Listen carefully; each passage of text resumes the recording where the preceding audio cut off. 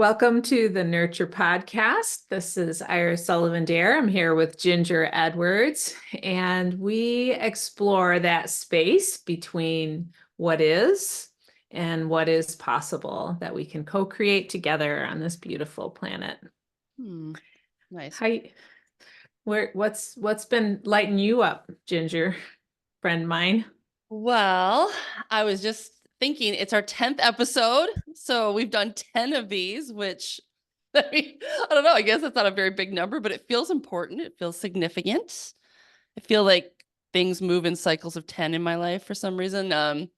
Numerologically, it's kind of a starting over point. You come back to the one and then you start again. So I feel like we've achieved something. I want to acknowledge Oh, that for the both of oh, us.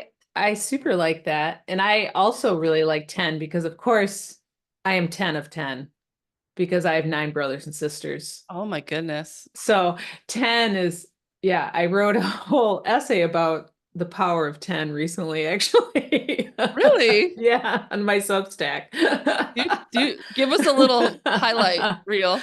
Or just like looking at like all the ways that just how 10 reoccurs, like what, and yeah, it is a powerful number. Yeah, and I'm 10 years out from my treatments when I was adventuring with cancer. So Mm. so this is a good 10 in that way, but just 10 in general because I'm the 10th kid. I always like that number. It's not my favorite number, so to speak, but it is a potent number. It Anyway, is. more Yeah, because more because it's the one. I mean, that's like in numerology, right? They would remove that zero and it would be the one again.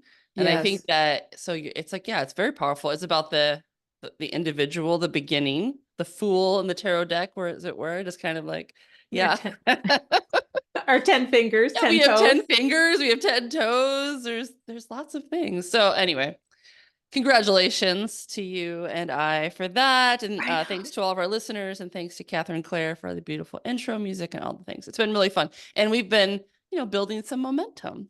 And it just feels like 10 also, you get to a place where you're not strictly in the very beginning phase anymore. Like Ah. you've built a little momentum. Now it's like phase two. You know, so here we go into phase two of this podcast. Woohoo. And I wanted to talk about kind of a big topic today because of its 10. I figure it's time to bring up community because this is one I dance with a lot in my life. What is it? What does it mean? who who gets to make community? Why do some groups of people feel like community and others don't?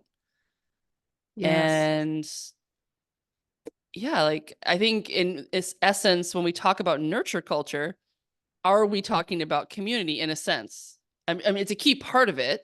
At least I think it is. Um, but how is it related? And can you have nurture culture without community? So I just asked a bunch of questions. You could pick any one of Oh. those, Iris, and shoot, go for it. What comes up when I say all those things? So I think it's super interesting. I want to dive into is it possible to have community Mm-hmm. with or is it possible to have is nurture culture synonymous with community in a Right. way? Mm-hmm. And that's actually more provocative a question than I expect because what is the role of the hermit or the hermitage, Mm. of people doing, solo time. But also, sorry, yeah, this is I'm all like No, good. Yeah, let your brain roll that around. um also I just had a birthday last week, and one of the things that was so touching to me was like the connections that kind of happened. Like I wasn't making a big deal out of it as a birthday, and but so it was a really quiet but incredibly sweet birthday for me. Hmm. And part of my takeaway from that was, oh my gosh, I just have these beloveds. I'm so grateful that I have some just such wonderful some really wonderful friends in my life, you know, Mhm. and just feeling really feeling into that. And so I do think that community, the interconnectedness is kind of where it's all at. It, and it's harder than it's not always easy for people. Yeah.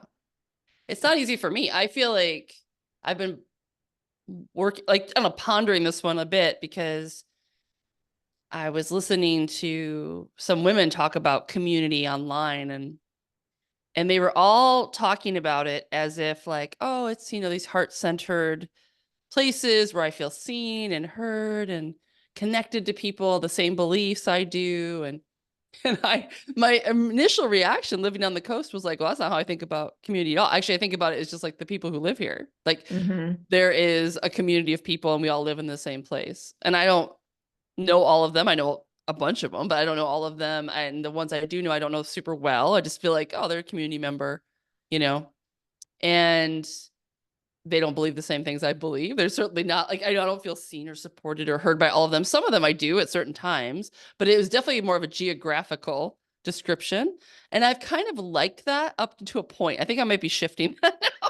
I think Mm. that what felt really good to me because previous to that, I felt like in communities of certain viewpoints of the world, like a Tree City Yes. community, activist communities, um, feminist communities, goddess spirituality circles, and those have this circle around them basically of like, you believe this thing. So therefore we are on the same page. We, see and support each other, which is a great thing. However, they can give off this very like intolerant and judgmental energy when you Yes. start to change as a person and no longer perhaps believe or are incredibly like aligned with the, I don't know, the agreed upon, rules or dogma or, viewpoints of that community. If you start to question it or change or push back or something just happens circumstantially where, like an activist group, we all got arrested at one point. like Right. things happen and then everybody reacted differently and we all started like, backstabbing and blah, I think went crazy. And it turned out it wasn't such much a community as it was, it was an activist group, and when that activism was over, there was no community. I mean, there was no connection between any of them. Not to say that's always the case. I'm just saying that those were communities based on like a function, I guess, and or a belief. And so when I came to the coast, it actually felt really good to be in a community that didn't have any of that. It was like, oh, we're a community because it's small and we live here, and Yes. you can be a Republican and old, be 85 and a Republican, but you're still a part of my community. Whereas before everybody was like 20 in their 20s and like very liberal and I had a very identified, set of circumstances around community. So it felt really good.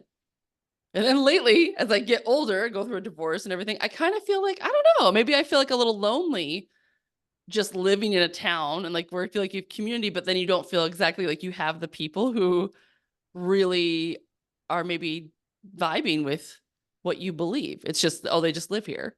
And so you're like, that's great. But where are the people who I really want to be inspired by, hang out with? You know? Yes. It's like, yes. And yes, like because I mean, I grew up in a super small town and so I often thought about like how there is that sense of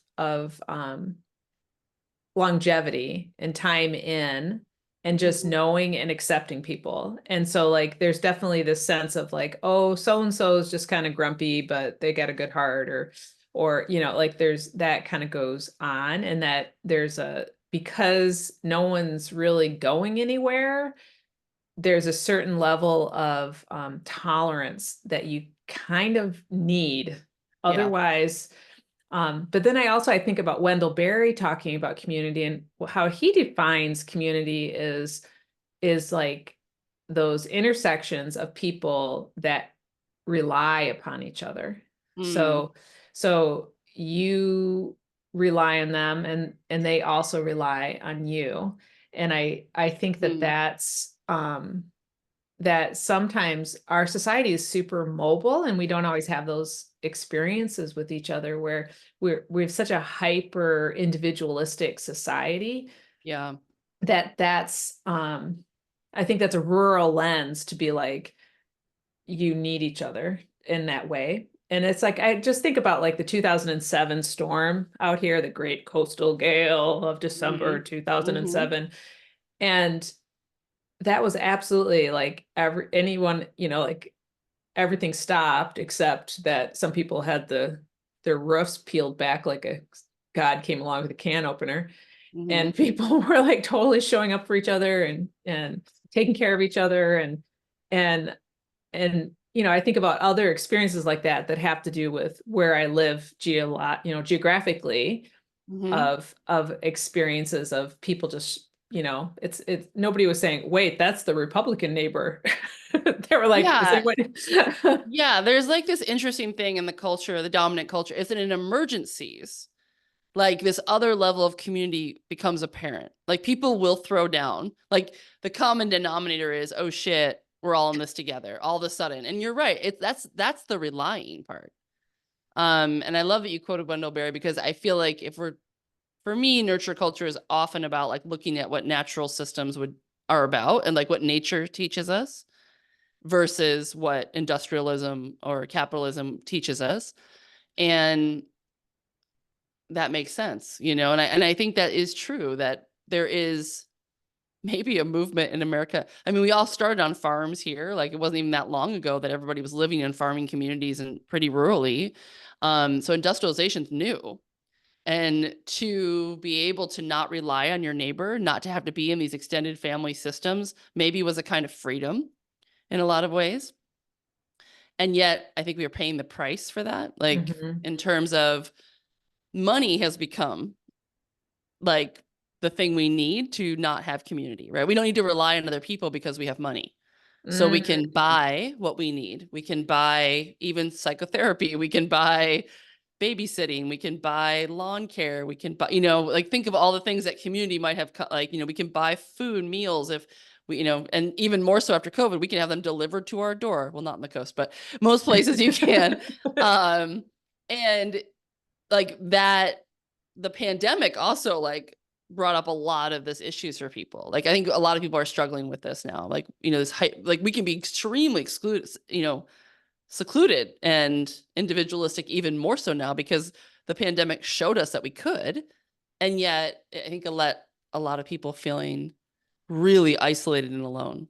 And like, what am I doing here? Like, there's so many things that change for people without Yes. community, even going to work, even like, even if you didn't like the people at work, they were kind of they meant something to you in terms of like not being able to go do that. Put up a mirror to yourself in a way of like, okay, well, if you're really isolated and you really can't see these people at the grocery store or go, do any of the things you're used to doing, what is your life about? Like, who are you? Because So, think about for like, it's such a to belong, to feel as if you yeah, belong is an absolutely core human need, yeah, and it's like that is almost the core human need. I mean, you think about a brand new baby, hmm, they are completely reliant on the adults that they show up to. hmm, And if those adults don't show up to them, which is saying to them, you don't belong, right, then their ability to live or die is questioned. But even if it's not so dire that they can't survive, I mean, how many people are spending their entire adulthood addressing childhood deficits of yeah, belonging? I mean, yeah. I mean, huge wounds there. I mean, I think I personally, I've done a lot of processing around this about like how much of my activism and how much of my, because yes, I mean, community is, I think what Francis Weller talks about is a primary satisfaction too. Like it's what we as humans should expect coming into the planet based on our evolution as a beings, like village, like people who will be around, who would teach us, who would support us, who would accept us. That's not always there now. We don't come into families and villages that have that for yes, us. yes. So it's a primary satisfaction, and it's also a primary wound and grief in the culture. So personally, I can say that like it's been one of my, when I read that in his book, The Wild Edge of Sorrow, for those of you who want to read a good book on grief, it's a really good one. He talks about that as being like a primary wound, and that we spend our entire lives. And I wonder, about belonging and meaning and trying to be worthy, trying to, Mm. and I wonder about like my activism, how much of it was just trying to be a part of something that felt like I belonged or was making a difference, you know.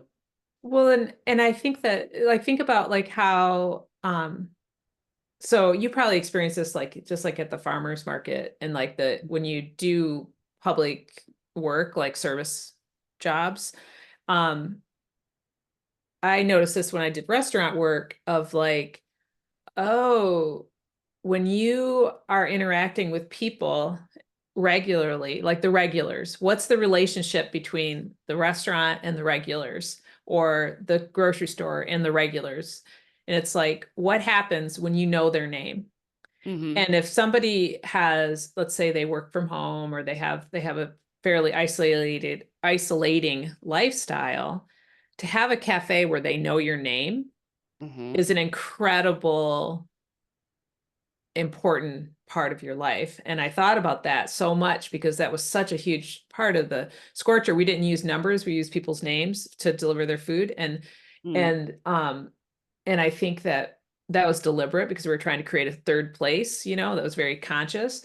But then I thought like during COVID, and it's like all I in my head, I was thinking about all of those regulars that came either once a week or they were people that came every day. And like,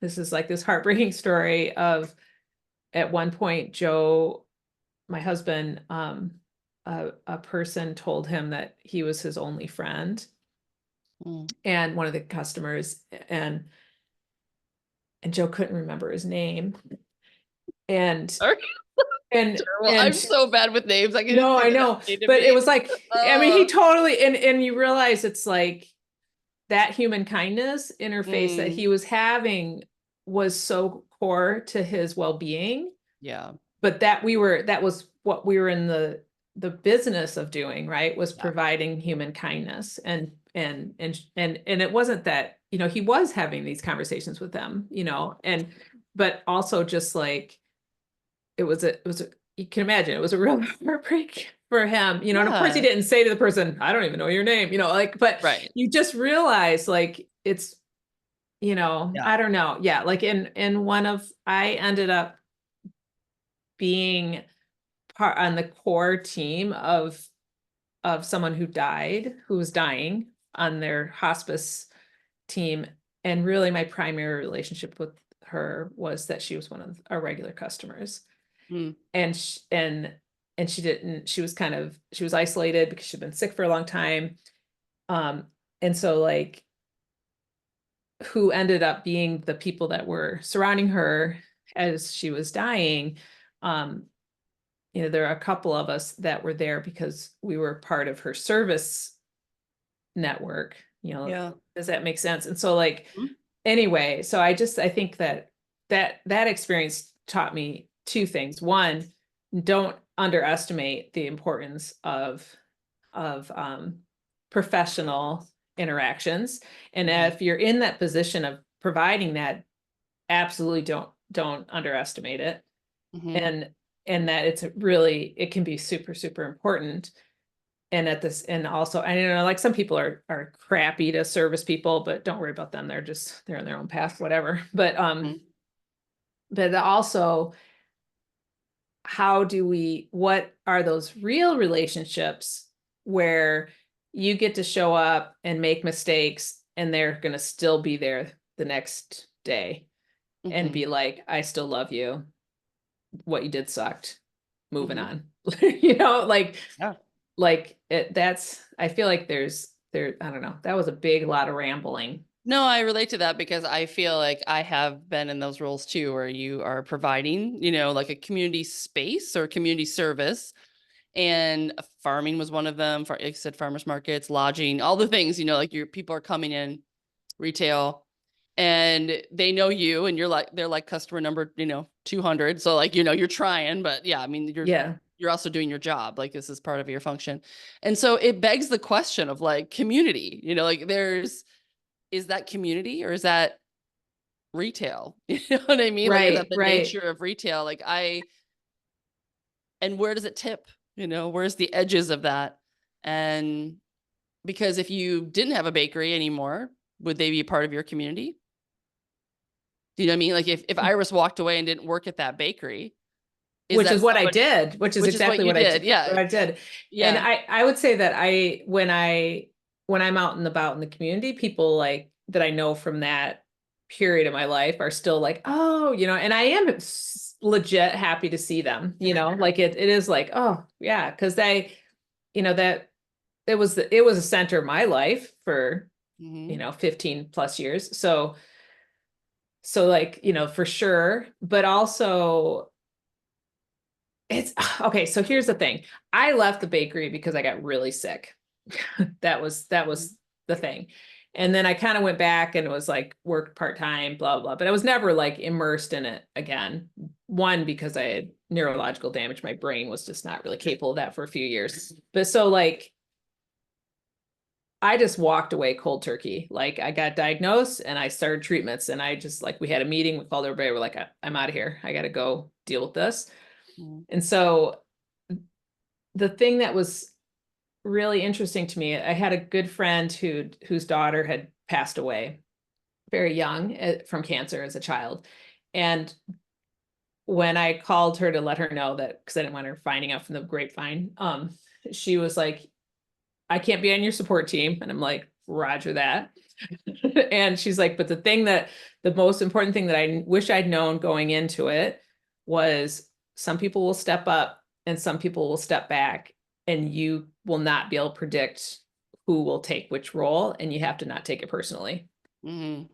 And I was like, oh, that was really Hmm. super insightful and hard one. And I totally took it to heart. And it was very interesting who stepped up and who stepped back. And to be able to like, in one way, our community fed us for like 6 months, 4 to 5 nights a week. We got dinner delivered to our house for 6 months. I mean, like serious fed us for Yeah. huge amount of time. And like I feel like that community care was a huge factor in my remarkable recovery. Mm. Like the remarkable remission, whatever what I had a quite miraculous story, which we don't have to talk about, but like for realsies. And I think that community care was a huge part of it. And some of those people that fed us like all the time were not people that I knew that well. It was Hmm. super interesting. I was just like, Hmm. why are you feeding us? And then like I asked some of them, and like some of them were like, because I had X person in my life who I couldn't do that for. Hmm. And so like feeding us was a way of Right. doing something. They Mm-hmm. might have had somebody far away that they wish they could be there to feed and they couldn't, or they had, and I realized that it was like this community care feeds both people. Like Hmm. it For sure. it's not one way. And Right. so it's when it's real, it's lighting both people up, Mm. I think. Hmm. Like, yeah, I don't know. Yeah. Yeah, So that is interesting because I feel like, what do you think about that though? Because if you think about that, it's a circumstance you went through, people stepped up. Do you consider those people your community? I guess I'm just still trying to get like, what, are they a group of people that totally stepped up for you in that instance? And so you think of them as part of your community now? How do you define community? I mean, are there groups of people you're like, um, they, yeah, they did this thing and for this time, and now that uh time is over, yeah. you know? I feel like it's like an onion, like like a lily bulb, right? Like there's your very core people. Because I like totally withdrew from public life. I went from being a super public person to being very, very reclusive. Mm. And like vary. And so my like who I actually talked to got super small and for a while, like years.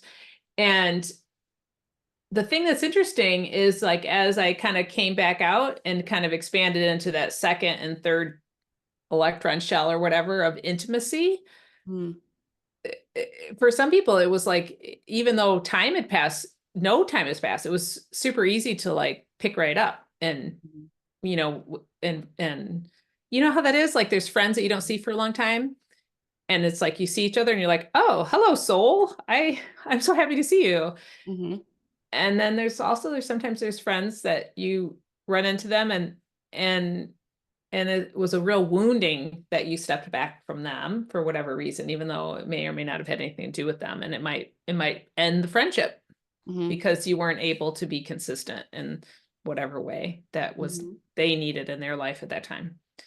So I guess like this is so interesting. Yeah, like who is community? I think that you like the like social capital, the term social capital, mhm, uh, like you have to pay in, you know, and mhm, and like this week I had like a couple of things that came up where I'm harvesting some past pay, I made some payments in social capital and they're paying off this week. mhm, Like and so I think like who is that network of reciprocity? mhm, And I don't, and it's not a tit for tat. It's like it's a, it's very, it's like you talked about that currency, like trying to do the local currency and how it was like incredibly impossible to like, because like everybody wanted coffee, mhm. but not everybody needed their lawnmower repaired. And Yeah, so like it was kind of really, like some people would have the local currency coming out of their ears and other people like were like, no one wants my currency. right. But yeah, I don't know. This is number 10 and I'm like the least articulate. I think that is because it's actually something we don't talk about a lot and we don't think about a lot. And yet I think a lot of us are really driven by it. Like I think like you said, it's a primary wound and need. And so I think a lot of our lives are based around trying to find it, um, create it, like be aligned with it somehow so we feel safe. Find it's Mhm. part of our grounding or safety. I'm curious at how much we don't do ourselves like fully because we're worried about damaging what our community would think of us or Mm. leaving the safety of having community or people who know us a certain way. I think that in some ways it hinders our self-expression and growth, or it can be because the need for it is so strong in like our DNA that being without it or feeling like we could lose it is a strong one, So, and I also, I haven't loved like living on the coast for the whole idea. There's locals and then tourists, right? So there's a real Mhm. strong like um Us and them. us and them. There's an us and them. And it kind of so it can turn into this weird like, well, there's our community and then these other people. Right. And that's how people bond, right? Like they have a common like, oh, tourists or whatever it is. Like pick your group that isn't a part of your, that's what I mean about the ideological communities. They can get like that. Yes. And even when they're place based, like a village, like, oh, these are the people who live here. And then I mean, I'm sure you've run into like, well, how long have you lived here? Yeah. Yeah. That's It's like, like, I don't know, what's the magic number? Like 50 years? Did my grandpa have to live here? Did I had to like, I mean, it just goes crazy. And so, what is that? Like, that's not community. That's some kind of weird, um, I don't know. Like, it's just some weird group power yes. dynamic. And certainly it's about like binding together to feel safer, to have a sense of identity.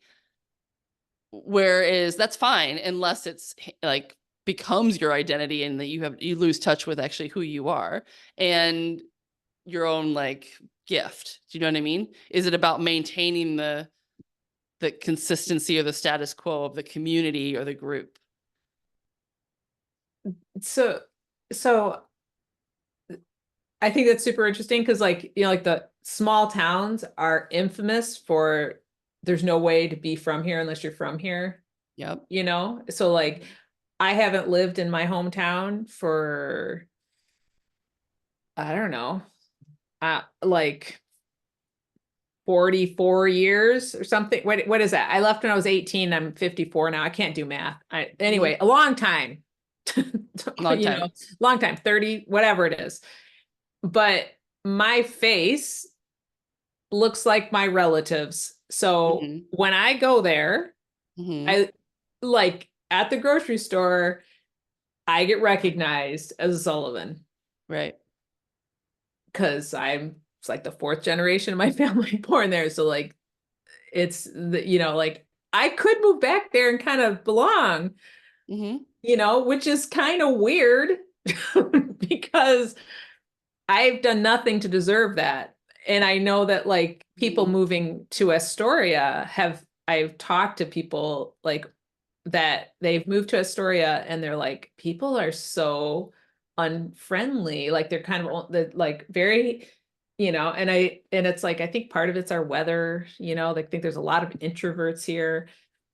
And, but I think part of it's what are you talking about? The us and them factor.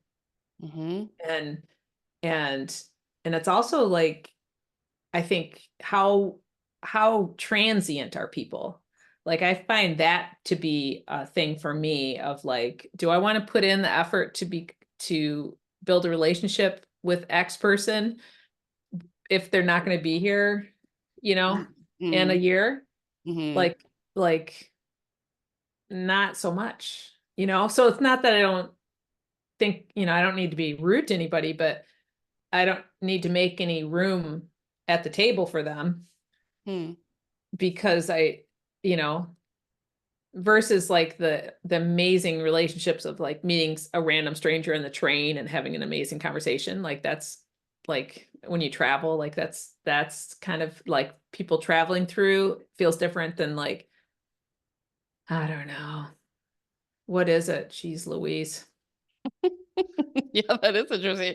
That's an interesting comment, like if you're gonna leave in a year, then I don't have, I don't need to invest in you. Um, and I think I mean, I don't know how I feel about that. I feel like I've definitely felt that vibe in where we live. Like I definitely have, and I've also had people like show up here all excited because it seems like a cool, creative community. And then yeah, they're like, what people are really unfriendly. Like they don't, it's really hard to fit in. Like we know how do you do this? And I don't have an answer for them other than I feel like what I've done is just try to create things that feel like what I want to belong to. Like I create the things that I want to be a part of. Yeah, and yeah. I keep doing that over and over again. But now I'm starting to think like, is that my wound? Like, I mean, not that the things I've created are bad, and I think they've been well received and all that. But I'm starting to wonder, like, because there is a kind of a lonely feeling in being the person that's creating it all the time, but Yes, doesn't get to, yes, because there's a part of it, like, I don't get to belong to it as much. yes. You have to hold it, or like, or you're creating it out. And so, and I think that is the loneliness that comes, and this is for everybody out there who does this in their life.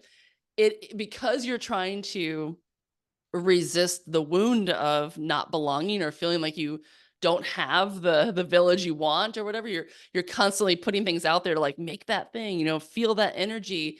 And yet you keep running into the wound, like you abandon yourself first before anybody else can. So like you're putting it on for everybody else, but then you can't fully be seen, or because you're holding it for other people. Like you're always, if you're in the creator mode, you're the one functioning in that role.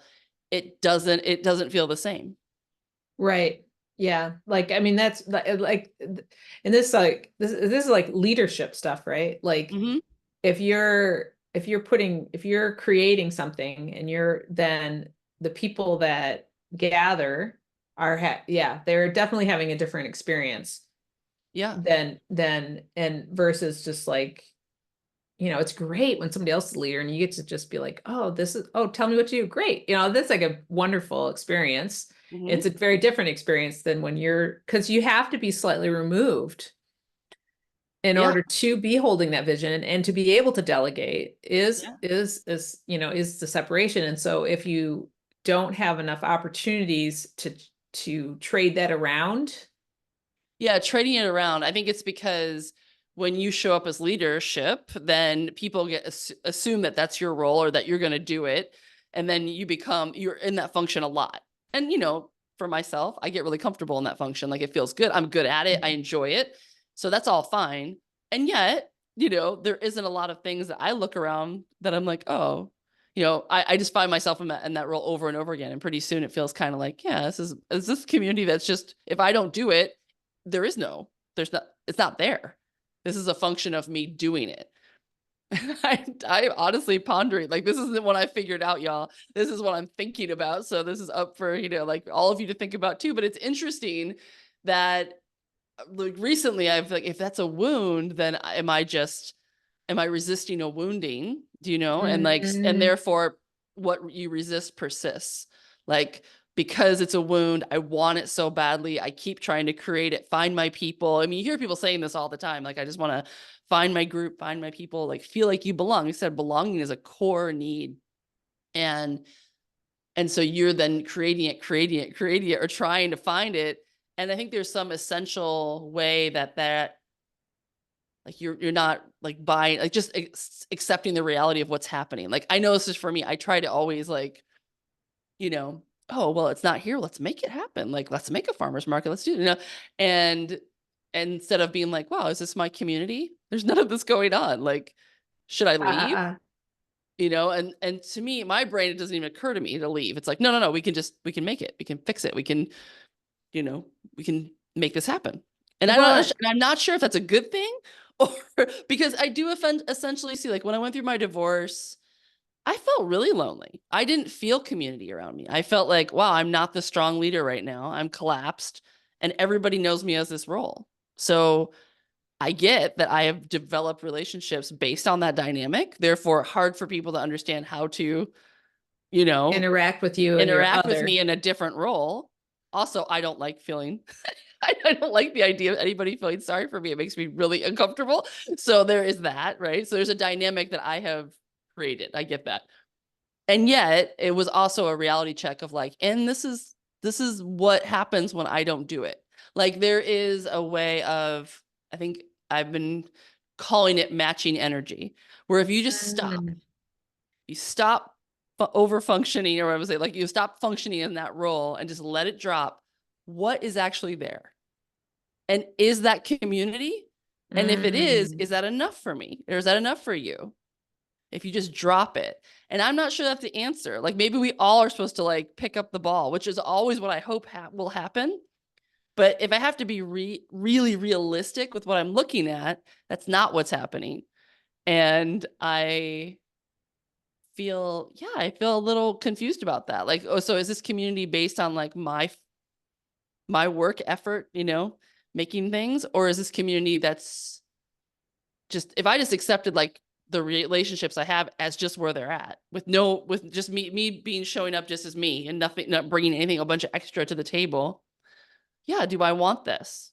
And I think that's fair to ask. And then the safety thing comes up of like, but I need this. Like this is the only thing I Yeah, got. yeah, And I think that's what I'm talking about. I think that's the interesting intersection between the wounding.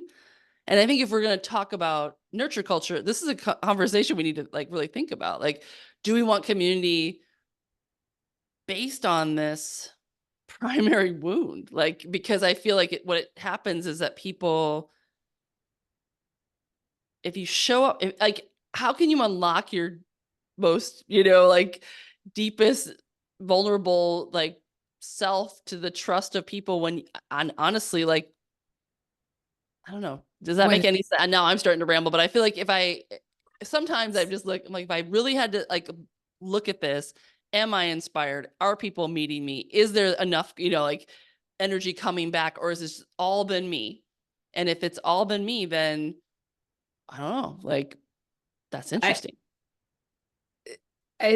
so two things that you said jumped Mm-hmm. out at me. Okay. One is you're like, if I'm not playing this role, and I Mm-hmm. think that that's really an interesting thing is to recognize that we all have these roles that we assume, like we're being, Mm-hmm. like what God's riding you right now. Are Mm-hmm. you providing, like what role are you providing for this other human, Mm-hmm. which may have nothing to, like has it may have, and then we also have this like our essential self, Mm-hmm. whatever that is.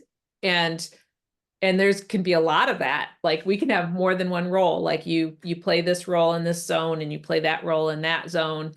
And so like where do you get to not have any roles and just be that essential self? And Mm-hmm. if and like I think that historically that's happening in very intimate relationships, Mm-hmm. very, very close friendships, or very, like where do you get to just be vulnerable with Mm-hmm. other people who are also being vulnerable? It's Mm-hmm. very different to be vulnerable with somebody who's invulnerable Mm-hmm. Mm-hmm. and taking care of you or whatever. That's not what I'm talking about. Like where and yeah, I think it's scary. Those are scary. Those are scary relationships. You Yeah, know? and also I think also what I'm realizing as I talk is that people change. You know what I mean? Like that's Yes. the other thing is that the community that felt like this was absolutely the most important thing in my life in one part of your life isn't going to feel that in another part. Like as you grow, change, evolve, your community will change. It's Yes. not necessarily going to remain the same, just like your relationships, personal relationships don't remain the same as you grow and evolve and change. So a very like large portion of that is you're hearing is me changing my own, like what I need, Mhm. want, and maybe my need to be the leader, like show that I can, like, my big wound about I matter, like maybe is Yeah. show that I matter is now lessening. And I don't actually, I mean, that might be a sign of healing. Like I don't need to be, performing like that anymore. And now I'm just more interested in like, oh, where am I met? And if you get really like quiet about that and you just start to like be like, huh, interesting. I don't know because I haven't been playing that game. I've been playing the do I matter game. Are you going to reflect? Ah, Are you going to reflect back to me that I matter? Are you going to reflect back to me that I belong? Are you going to reflect back to me my worth? Am I worthy? And this comes from a deep wound of we're all in Western culture, just like I think fighting this essential like yes. Garden of Eden getting kicked out wound where it's like we're always just trying to make it seem like we're good enough, that we matter, that we're worthy, so we can, even if we don't believe in it, it's like inherent in our like psyche that we're trying to like make There up for the, something, right? there's a huge gestalt Yeah. of it. I mean, Yeah. it's so ubiquitous. Right. And so I think that's where the community of like, do I matter? Will you tell, can I belong? It's like coming in as this placeholder for I need to heal that wound in myself. Like that's what I'm trying to say. Like if I go in and be like, try to really change that dynamic in myself, like I belong just because I'm human and I was born and I'm on the planet. Like that's enough. But I don't know that I don't think you get to do it by yourself. I'm sorry. I think I don't think we can because we have like we've got like the whole mirror neurons thing. Mm, We we it you you matter. You absolutely matter. And I think that is so I don't know if it's possible to believe that without I don't know, this sounds really cynical, but like I mean, like I look at you and I'm like, like my heart's all like boing, like I love you so much. And like, and I feel like when we are together, it's like this super positive, like I feel nurtured by our time together. I don't feel drained by our time together. It's right. like, we have proven that we could keep talking way later than we want to stay up. Yeah. And and, and so like it's like I think that we are fed I think we do need each other. And so it's like, how do we, but how do we have that without it being,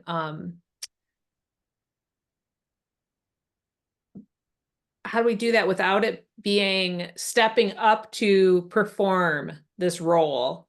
Mm-hmm.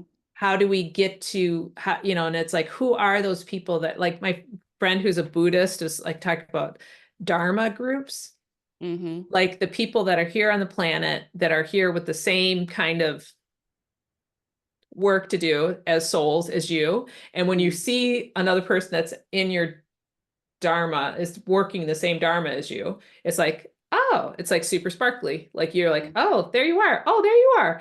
And it's very easy.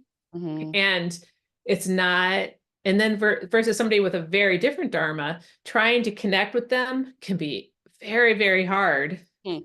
because it's like, this is mixed religions, but Tower of Babel stuff, right? Like Yeah. you can't there, it's just not, you That's can't really. interesting because that would indicate that community is like based on what you're trying to learn or evolve or grow. Like it's a shared like learning curve or like moment in your life that you're trying to work through the same thing as somebody else, and that's where you're meeting them at. And like I said, I think and there's no answer to this question, right? We're just It's like having impossible. a yeah, I mean, it's impossible to come up with like a definition, but I think it's worth when you're thinking about culture, nurture culture, and changing the culture that we in. I do kind of love that you started with Wendell Berry because I do think that there are natural communities. We do need other people. We're definitely social animals, but I also think that I think eventually like we're going to have to come to terms with like we also have to just be willing to stand alone, like and Yes. have the knowledge that you belong even if no other person turns to you and says you belong. Like you do have to have an inner knowing that you belong here. You were born, Yes. you're breathing oxygen, you're from this planet, and that really, if you get into quantum physics, there everything else is just a story. It's just an illusion. Like we're all energy. You belong because we're basically the same organism. Like Yes. energetically, all this talk about separation is a bunch of bullshit. Like it's really there is no separation. It's impossible on the like particle, layer. Like it's all about perspective. If you step back and make your perspective different, there's separation's a joke. Like it doesn't even make any sense to say that. However, so it's really your mind is telling you that. Like it's really Yes. heavy in the mind and the survival mind. Like that is the story. And I think it's really powerful to come to a place where you can be like, I'm just I'm part of the big one. I'm here. I belong because I'm here. And that's all I Well, got to do. You could be like smoking crack and laying in a gutter. You still are worthy. Like you still belong. You're still a part of the organism of all of us. I mean, you can't, nobody can say just because you've broken all these rules or fallen down that you're not just as worthy a part of the community as anybody else is. If that's the lens, right? That's a big lens.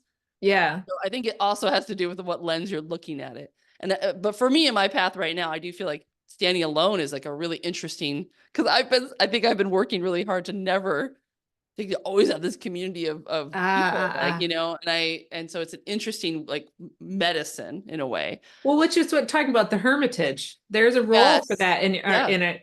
And also I think that I want to toss in there because when you're talking about we're all connected, that like I think that the natural world Yes. can, and I mean for me, a sense of belonging comes very easily when I'm immersed in the natural world in some way, and Yeah. it's like, I'm People have families and communities of animals. Like they don't yes, I mean, you can feel very much like a part of a community that isn't human. yes, yes. Yeah. I mean, one of my sisters lives very, very remotely, Mhm. like super remotely and up in the mountains in the wilderness in New Mexico on this old ranch. Like it takes them 70 minutes to drive to the town of 400 people where they get their mail. Yeah. And but they have all these animals that she does chores with every day. And I mean, her husband lives there too. So, but they're kind of like, that's them up there, like that's pretty intense. It's pretty, That's pretty, the mutual reliance, that they're relying on each other. That's the community of like what, going back to the Wendell Berry, like that's, you know, yeah, that they rely on each other. That's why they're important to each other. So yeah, farms definitely can be seen as that. And you could, people are just a part of that, but they're not the only players on, right. you know, what's going on. Or yeah, in natural ecosystems. So this has been a very fascinating, we could probably do about 10 more episodes on this We could one. the next 10 episodes could be on Just what we all those don't know. pieces, we were pulling threads out of a big quilt, and we just pulled all the threads out and like gave them to you guys, and you could pick it up from there. I hope that inspired some conversations, or at least some thoughts in your journaling that you can think about who's in your community, and like, yeah, what different, like what places do you go to in your life where you're like, this is just a group of people I hang out, you know, like this is just my yoga class, versus, oh no, this is my community. Like this I coffee shop feels like community. I think that's how we understand it. Like, because it is personal. I don't yeah. know. That's why the definition, it's like, it's a personal, and as it's personal to you, why? Like asking yourself why, what part of that feels like community, and what part of it's important, and what's it meeting in you that you need, you know? And I think that it's really important to emphasize what you were saying about like if you're here right now, there's you're here right now. That's You're part of the community. it's you're part of it. You totally, and like I don't know, I just think like yeah, the lens of we are literally you know, like the whole we're literally created out of love. So like Mm. there is love for you. There Yeah. is you, we, yeah, like, yeah, You can't not do it. Like, it's just, you know, again, it's all thoughts, and anything to the contrary that we don't belong really is just a thought. We belong because you're breathing oxygen and you're alive. I mean, and even when you're dead, you kind of belong. I mean, you're still in the system. Like, you know, if you're on planet Earth, like you're still a part of what's going on. I mean, bacteria is a community, people. Mushrooms are a community. Like, there's yeah. just so many ways to think about it. So I guess if anything, it's kind of freeing to have this conversation, because if you've been feeling like, for me, community can kind of feel like a little box, and like, is it enough? Am I doing the right thing? You know, where am I? How do I create it? Am I failing? Am I winning? Like, there's this thing. And then if you just let it all go and be like, you know, community of one, maybe that's where I start. And if that feels safe, if that can feel safe, then I think that it's like going back to the one, and we're on episode 10. So let's back to the one. Mm. Can we just start there? And is that like the foundation of nurture culture? Because otherwise, are we just running out of, you know, in scarcity of trying to Mm. heal a wound that's been perpetuated by the individualism, like ridiculous, you know, wound of capitalism and hyper individualism and Christianity, which again tells us we're not worthy. We don't, you know, that we actually don't belong, that we're supposed to be, you know, So we're when sinners. coming back to the one Yeah. is, and not as an individual alone, but as in I am part of Gaia. I am We one are all of, one. we are all one. Dr. Yeah. Browners was right. Oh, Dr. Browners is right. Okay. Shout out to Dr. Browners and Wendell Berry on this one. Love you so Love for much. you. I love you. Thank you I, for being my community of uh, podcasting. uh, uh, I think that's a good place to end it. yeah, me too. All right. Mwah. Love, love, love.